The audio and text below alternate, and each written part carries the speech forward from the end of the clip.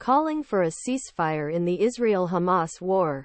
Progressive Jews are closing U.S. train stations, highways and government buildings. The rallying cries, "Not in our name," "Never again for anyone," and "Immediate ceasefire." So far, thousands of Jewish American protesters have stormed an office building near Capitol Hill, Washington, D.C. since October 7, Grand Central Station, the Statue of Liberty, New York City, and from Philadelphia's 30th Street Station to the Israeli Consulate, Chicago, Federal Building, Oakland, Calif, a bridge, Boston Highway, Durham.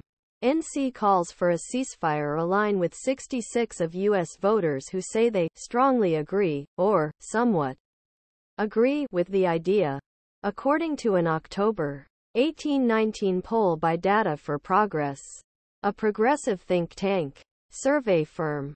The relationship between America's Jewish population and Israel has long been complicated.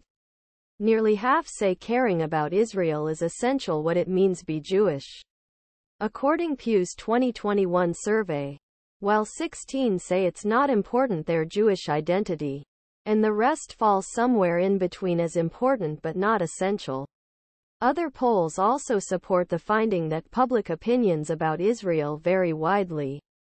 The Jewish Federations of North America's survey, released November 9, found widespread support for military aid to Israel. 87% of American Jews supported this view. But other polls reflect intense criticism of the Israeli government. But conflict in Middle East over past few weeks has sharply increased divisions within American Jewish community. Israel's assault on Gaza has killed 11,000 Palestinians since the October 7 Hamas offensive that killed more than 1,200 Israelis and took 200 hostages, according to the city's health ministry. According to Gaza's health ministry, more than two-thirds of the area's hospitals have closed or are running out of fuel due to damage from airstrikes.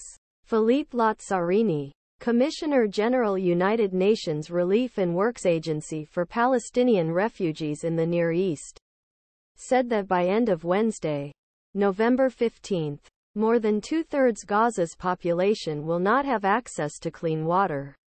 Our entire operation is now on the verge of collapse, he says.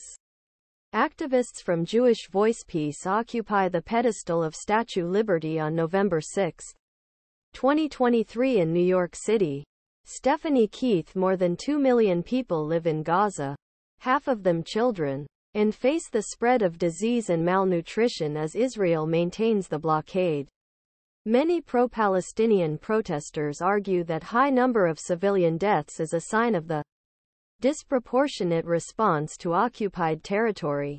After Jewish protesters occupied Rotunda, U.S. Capitol, Jonathan Greenblatt, CEO of Anti-Defamation League, spoke about X and addressed challenges to Israel's right to defend itself in wake Hamas surprise attack. The U.S. government and Israel consider Hamas a terrorist group.